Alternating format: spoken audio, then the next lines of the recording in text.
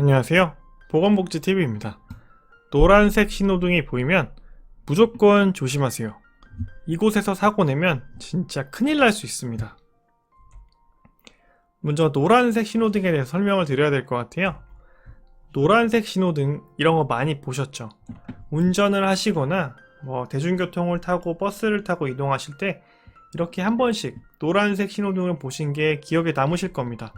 그러면 왜 일반 신호등과 다르게 이런 신호등은 노란색으로 나와 있는 걸까요?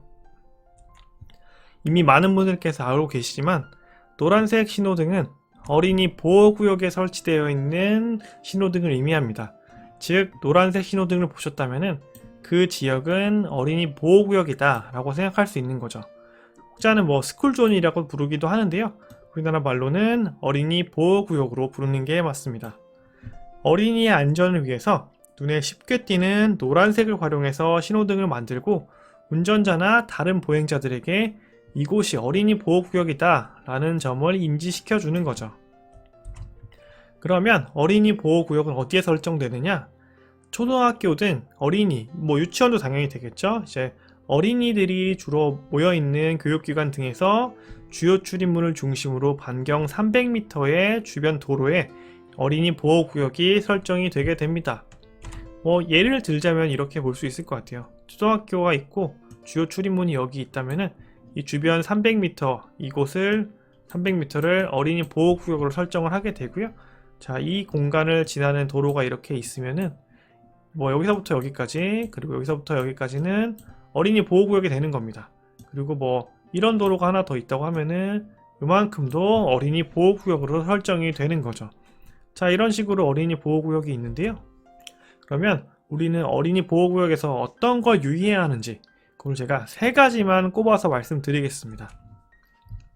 첫 번째인데요. 자, 이게 가장 강력하고 가장 중요합니다.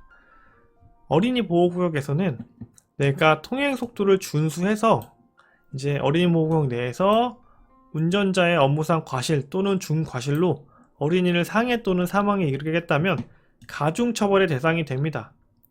자, 이게 바로 민식이법인데요.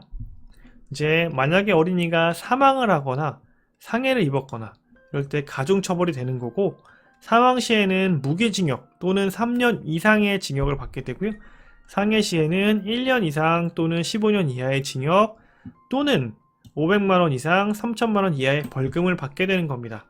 즉 어린이 보호구역 내에서는 내가 통행속도를 준수했다고 하더라도 이제 내 과실이 있다면 가중처벌의 대상이 되면서 더 강력한 처벌을 받게 되는 거죠.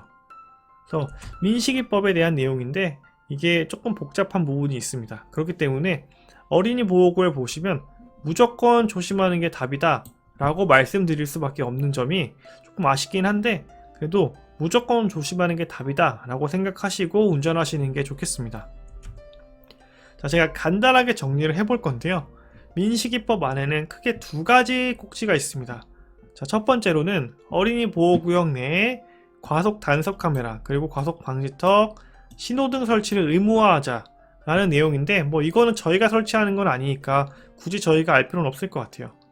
저희가 꼭 알아야 되는 내용은 이 2번째 꼭지인데요. 자, 민식이법이 적용이 되려면 3가지 조건이 필요합니다. 먼저 어린이 보호구역 내에서 그리고 2번째 운전자가 안전 의무를 다하지 않았다. 그리고 3번째 13세 미만 어린이에게 발생한 사고다. 자, 이 3가지 조건이 필요한데요. 이 3가지 조건에 따라서 만약에 사망이 발생했다면 무기 또는 3년 이상 그리고 상해가 발생했다면 1에서 15년의 징역 그리고 500에서 3천만원의 벌금을 받게 되는 겁니다. 자, 그런데 이 3가지 조건 가운데 이 13세 미만이라는 거는 저희가 어떻게 조절할 수 있는 부분은 아니잖아요. 그렇기 때문에 이 부분에 대해서는 저희가 고민할 건 없을 것 같고요. 자, 2가지 부분에서 운전자들이 조심할 수 있는 부분이 있습니다. 자, 첫 번째로 어린이 보호구역에 내게 들어갔다 하면은 그냥 무조건 조심하는 거고요.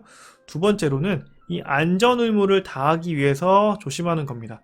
그런데 운전을 하시다 보면은 간혹 정말 다른 데 쳐다볼 수도 있고요.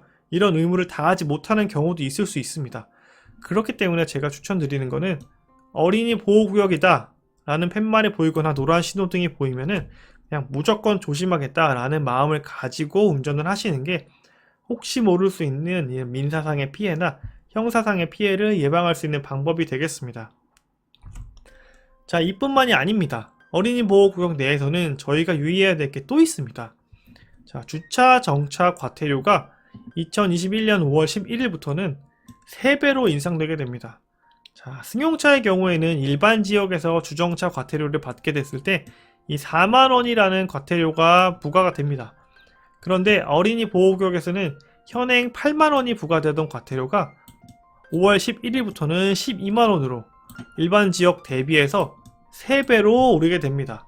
그렇기 때문에 이제 어차피 주정차를 불가피하게 해야 될 상황이 온다면은 어린이 보호구역을 피하셔서 다른 데 하시는 걸 추천을 드립니다. 자, 심지어 이런 내용에서 2022년까지 정부에서는 모든 초등학교 주변에 CCTV를 설치해서 불법 주정차를 막겠다라는 내용을 얘기하고 있습니다. 그렇기 때문에 여러분이 혹시라도 주정차를 하게 된다면은 이 어린이 보호구역은 무조건 피하시는 게, 지금부터 피하는 걸 습관을 하시는 게 이런 불필요한 과태료 지출을 줄일 수 있는 방법이 될 수 있을 것 같습니다. 뭐 혹시나 잠깐 내려주려 여기 세운 거다 이렇게 말씀하시는 분들이 있을 것 같아서 정부에서는 잠깐 내려주는 것도 불가능하다 라고 공식적으로 말을 하고 있습니다. 그렇기 때문에 어린이 보호구역 내에서는 주정차가 안 된다 라고 생각하시는 게 좋겠습니다. 세 번째로는 어린이 보호구역 내 과속에 관련된 내용인데요. 자, 과속 과태료 및 벌점을 제가 준비해 봤는데, 어린이 보호구역을 40에서 60km의 속도로 지나신 경우에는 벌점 60점과 과태료 12만원, 그리고 만약에 60km 이상의 속도로 지나셨다라는 경우에는 벌점을 120점이나 받게 되시고요. 과태료는 15만원입니다. 자, 그런데 이렇게 벌점 점수가 이렇게 나오면 그래서 이 벌점이 어떻게 적용되는 건데 라고 궁금하신 분 계실 것 같아서 제가 좀 찾아봤는데요. 운전면허의 취소 기준이 벌점 누적 1년간 121점이 넘으면 취소가 됩니다. 즉 어린이 보호구역에서 60km 이상의 과속을 한 번이라도 하시면은 120점의 벌점을 받게 되실 거고요. 그렇다면은 향후 1년간 그 어떤 벌점이라도 받게 되시면 운전면허가 취소되는 겁니다. 그렇기 때문에 어린이 보호구역 내에서는 절대로 과속하시면 안 된다는 점 다시 한번 설명드리겠습니다. 자, 그러면 이렇게 3가지 유의사항을 제가 말씀드렸으니까 이 유의사항을 잘 지키기 위해서 어떻게 해야 되는지 안전수칙을 간단하게 정리해보자면은, 자, 첫 번째로 어린이 보호구역 내에서는 주정차를 하지 않겠다 라고 생각하시는 게 좋겠습니다. 즉 주정차는 금지되어 있다 라고 생각하시면 되겠고요. 두 번째로는 전방을 주시하면서 30km 이하로 서행운전하겠다 라는 안전수칙을 지키시면 되겠습니다. 세 번째로는 횡단보도에서는 무조건 정지하겠다 라는 마음을 가지시는 게 좋겠는데요. 어린이들 같은 경우에는 키가 작은 경우가 많기 때문에 높은 차에서 운전하다 보면 안 보이는 경우가 있을 수 있습니다. 그렇기 때문에 어린이 보호구역 내 횡단보도에서는 무조건 정차하셔서 좌우를 한번 살피고 출발하시는 게 좋겠습니다. 실제로 이런 내용들 때문에 아예 그냥 스쿨존을 회피해서 운전을 하겠다라는 운전자들을 위해서 스쿨존 회피 기능을 탑재한 어플리케이션, 내비게이션들이 나오고 있는데요. 운전을 하다 보면은 불가피하게 스쿨존, 그러니까 어린이 보호구역을 지나칠 수밖에 없게 되잖아요. 그래서 이런 기능을 사용하시는 것보다는 제가 앞서 설명드린 이런 3가지 안전수칙을 지키면서 운전하시는 게 여러분들의 안전운전, 그리고 혹시 모를 민형사상의 피해를 막을 수 있는 방법이 될 것으로 보입니다. 자, 민식이법 관련해서 작년에 굉장히 떠들썩했던 이슈죠.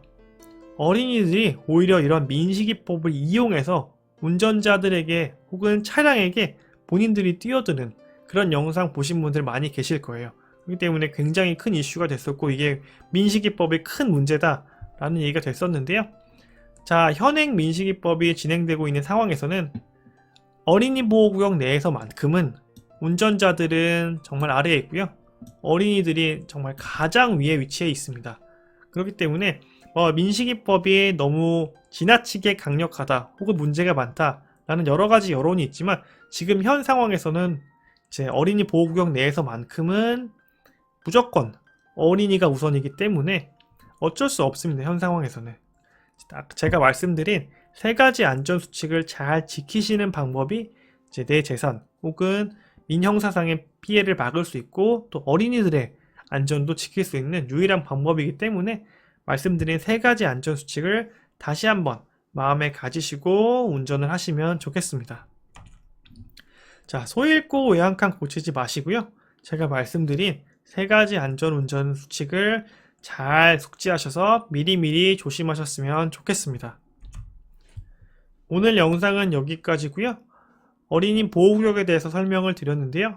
많은 분들이 알고 계셔야 하는 내용이고 또 우리의 미래인 어린이들을 위한 내용이니까 다시 한번 안전수칙을 꼭 숙지해 주셨으면 좋겠습니다. 귀한 시간 내서 시청해 주신 여러분 진심으로 감사드립니다.